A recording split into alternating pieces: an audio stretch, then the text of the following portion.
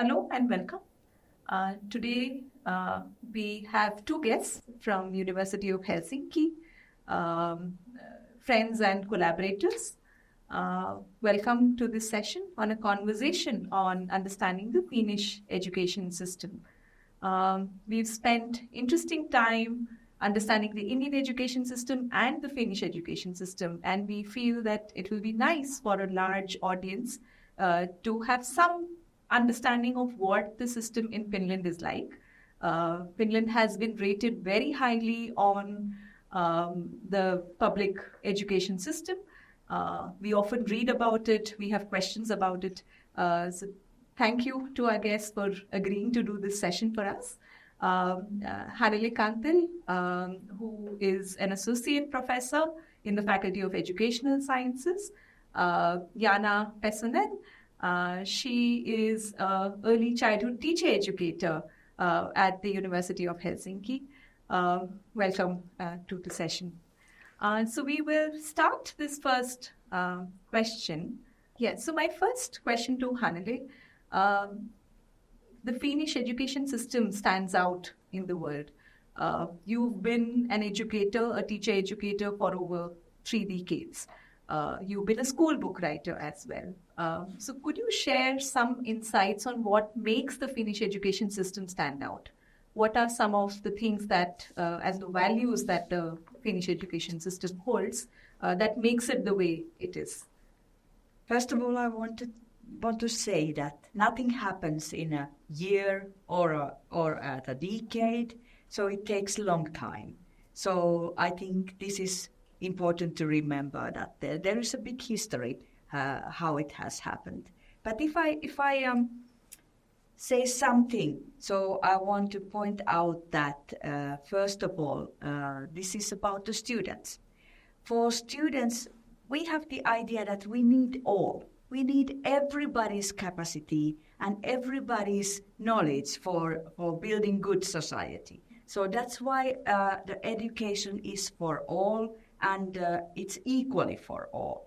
So we have built some kind of structures to support, for instance, minorities learning and so on, and also slow learners possibilities to learn. So it's equal. The other one for students is important thing that our education is free. It is free from preschool until the university level. So that also makes it equal, so that everybody can join, those ones who can or have the motivation.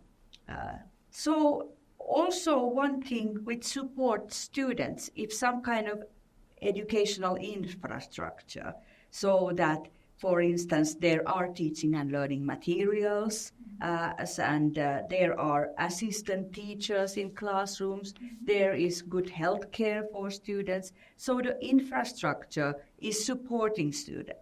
So maybe these things for students, and then maybe some words of the teachers. In Finland, we do have master level teachers, primary school teachers, and secondary and upper secondary school teachers. So that makes the teachers good quality teachers. They are good professionals who are autonomic. They know their subject and they know their pedagogy. They know what they are doing and they know how to follow curriculum. So I think these things are very, very important there. And then maybe to say one thing about the society. In our society, teachers are respected. Mm-hmm. So that is maybe one very, very important thing also. Right. Thank you. So children, all children, equal education and the teacher's preparation and respect in society. I think as a professional, the respect that they hold is so high, and that lays the base for further quality work inside classrooms. Thank you, Hannele. Yes. So my second question is to Jaana. Jaana, you've been an early childhood teacher, educator, researcher, a professional with extensive experience in that area.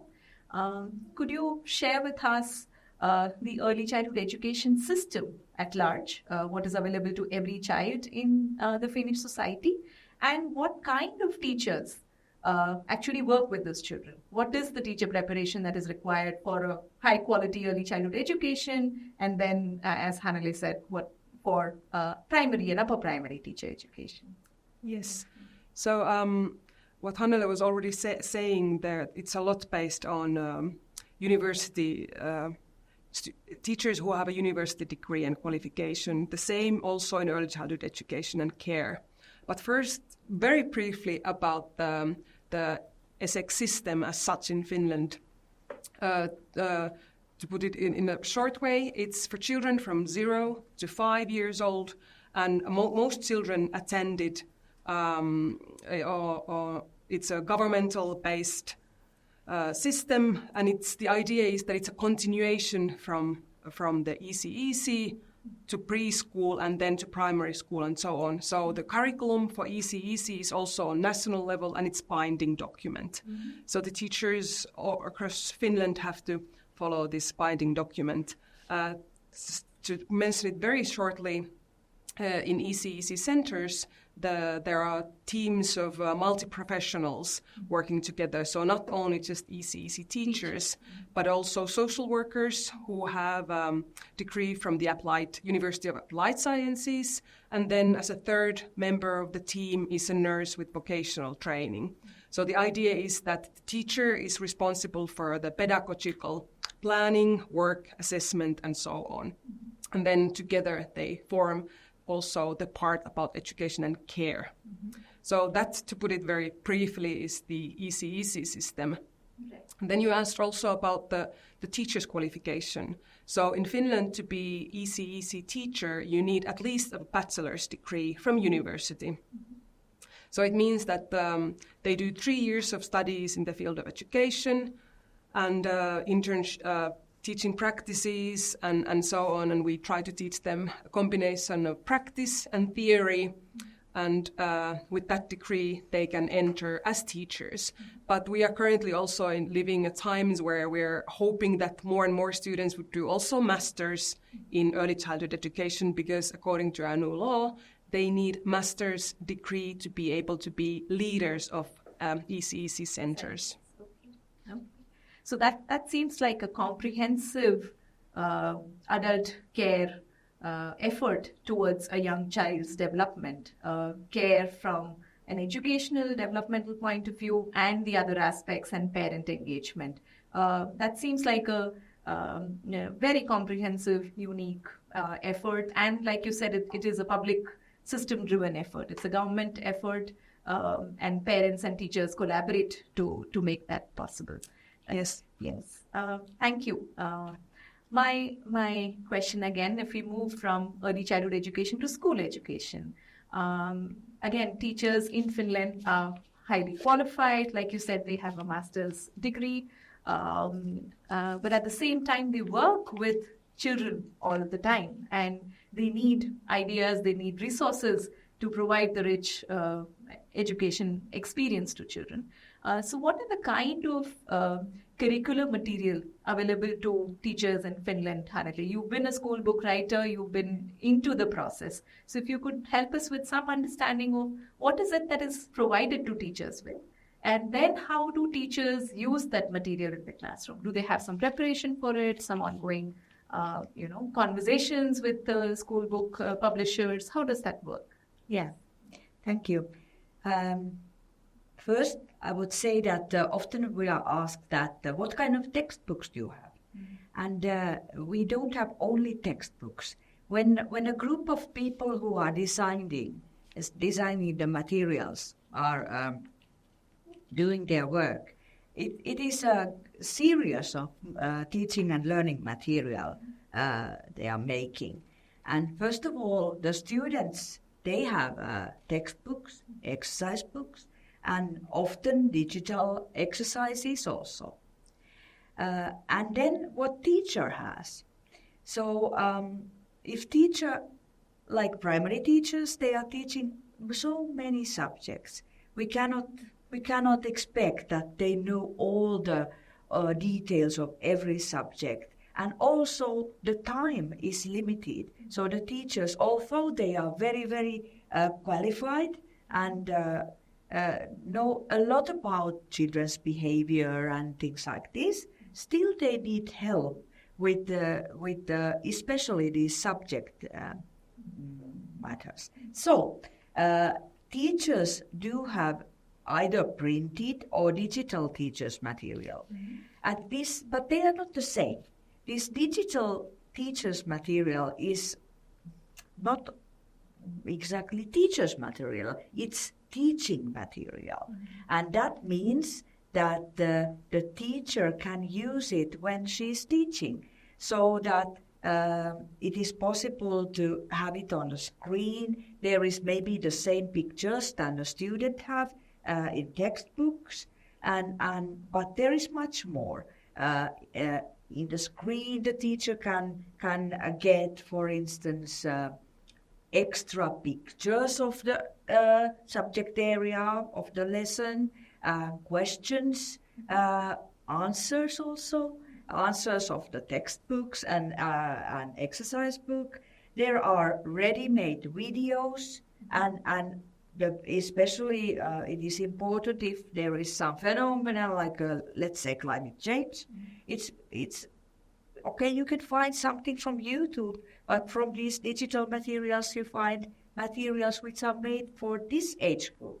So these kind of videos are already there, and little research ideas and instructions directed to students. So this helps the teacher, so that the teacher don't have to work in the evening and create everything. Of course, teacher need to think the pedagogical thing. What am I doing? Why am I doing? So the idea is not that the teacher is only pressing the button and checking everything what is in the digital teaching material. That is not the idea. We need teachers' pedagogical expertise, that the teacher is the one who chooses what shall I use from the material, and that is very important. Otherwise, it's very monotonous, and at every lesson you have the same kind of structure. So I think this is something what we do in teacher education, that we really learn and try and how to use the teaching materials. Otherwise, it's like just repeating the same ideas. That's not the idea. One important thing what I also want to add, that in this series of teaching learning material, there are exams for teacher. So that is also something that there are, for instance, in many Finnish series, there are 3-level exams of the same issue, so that the teacher can choose that question, I take a little bit easier one to my exam, and then I add a little bit more difficult one. So the teacher can make her own exam from these 3 levels. So it's like a bank. Yeah, of it's a bank of questions, yes. But this also needs pedagogical expertise. Yeah. You cannot just print the exam. You need to think what is good for my class and what suits for my teaching. So I think these are materials which help teacher, maybe help with the so that you don't have to use so much time for planning, but you have to have the pedagogical understanding what and how to use it. It's like a resource. Yes. And therefore, it seems that the teacher preparation will take care of a lot of this building of the in-depth knowledge that the teachers need to have for using the curriculum. Thank you. That's insightful. We often think that textbooks is one resource, digital, and then teachers have to use it. But the thought behind it, the understanding behind it, I think is important for all teachers and all teacher preparation curricula to prepare teachers with that. Right. Thank you. So Jaana, now if we move to this idea of after children learn, or we think children have learned. This question of assessment, and especially in Finland, given its ranking on the international assessment standards, how does the Finnish education system see assessment of children? What role does it play in their day-to-day school level assessments and exams that teachers have, and what is this idea of measurement that may happen, say, at the public system level? Your thoughts and insights on that will be. Yeah, well, some things are quite special in the Finnish system, that we don't really do national level exams or tests. There is one that is compulsory to everyone, but it's the kind of a high school examination ending exam, the matriculation exam. So that is a national level test. But otherwise, we don't do, starting from ECEC, preschool, primary school, and then continuing, we don't do national level testing at all. But what Hannele was just explaining is, I think it showcases quite well that, of course, teachers in their subjects and class teachers do exams and tests, bigger and smaller, but it's not something that there's a national format that we have to, all teachers have to throughout the year do. It's really a lot based on the idea that teachers are autonomous, capable critical thinkers who know also their students and who are able to follow this national core curriculum. So it's a lot based on that. But at the same time, we also have a quite strong emphasis that students would learn also doing self-assessment.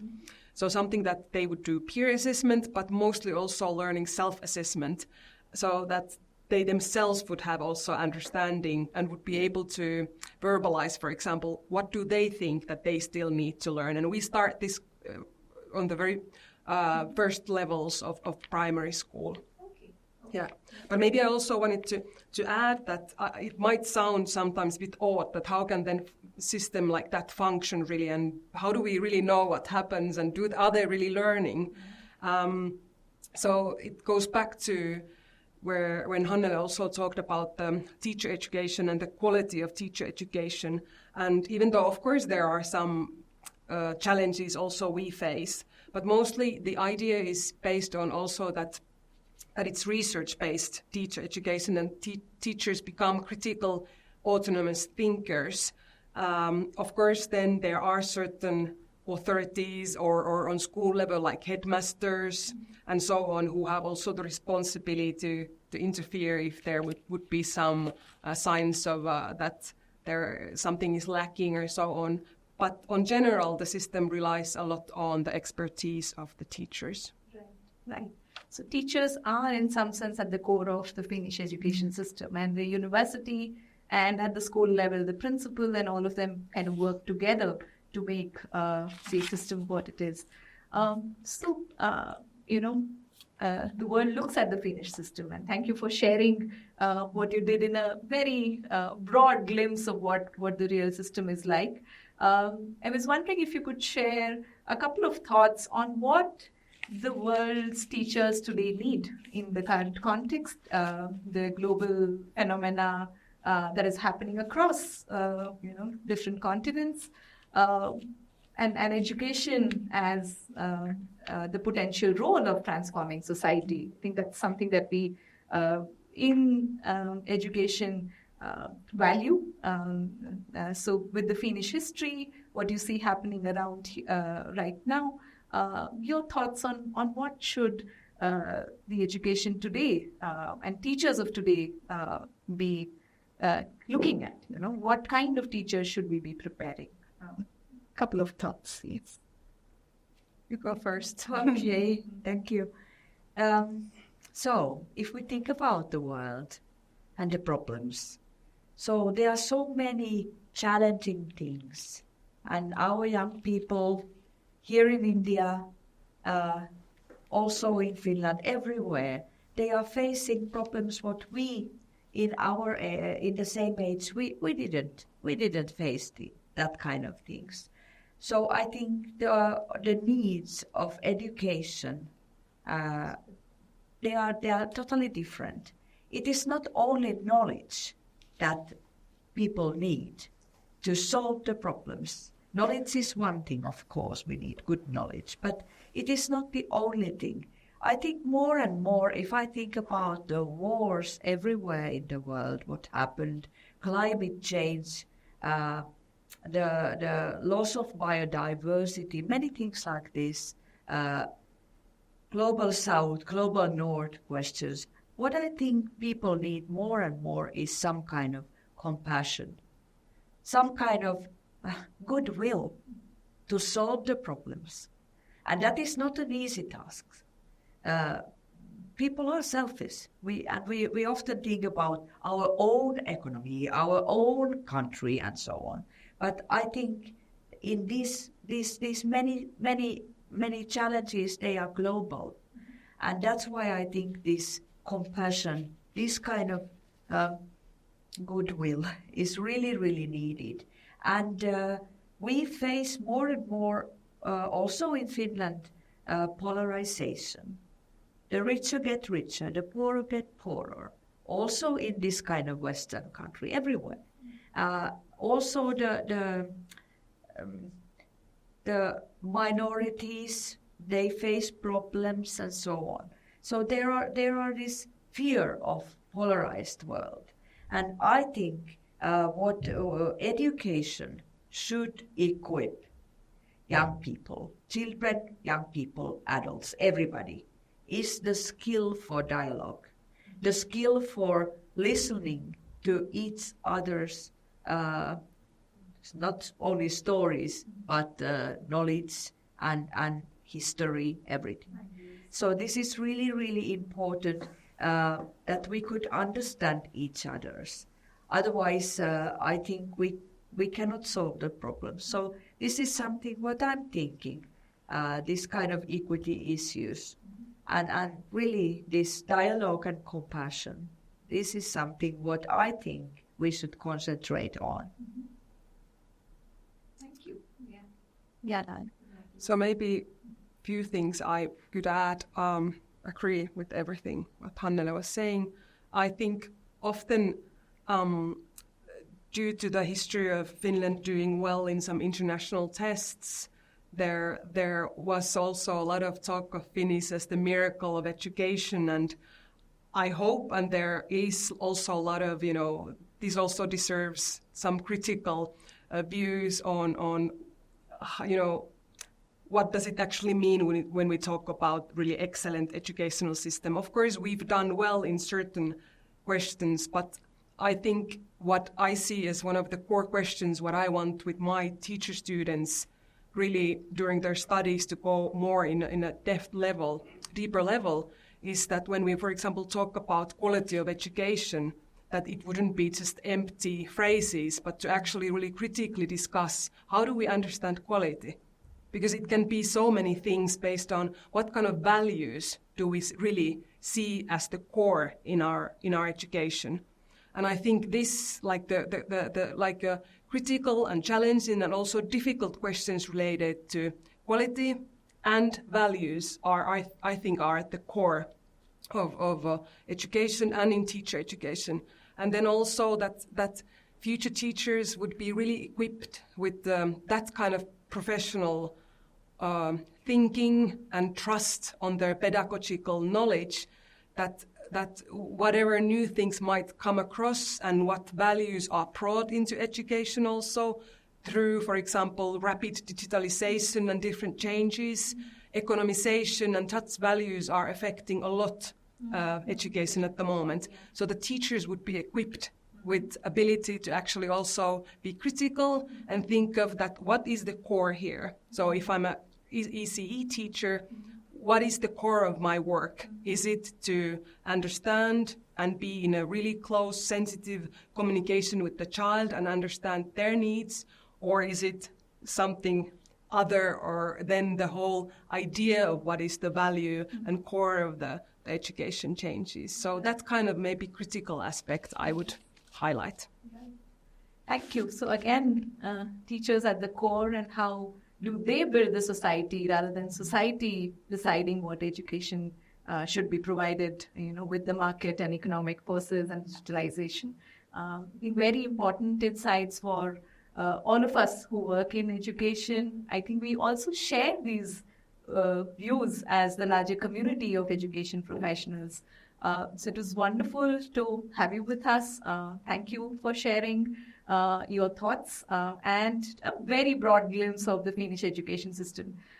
Finland is up north, India, a large country in the south, and it's interesting the kind of similarities and questions and dilemmas that we face in the current moment.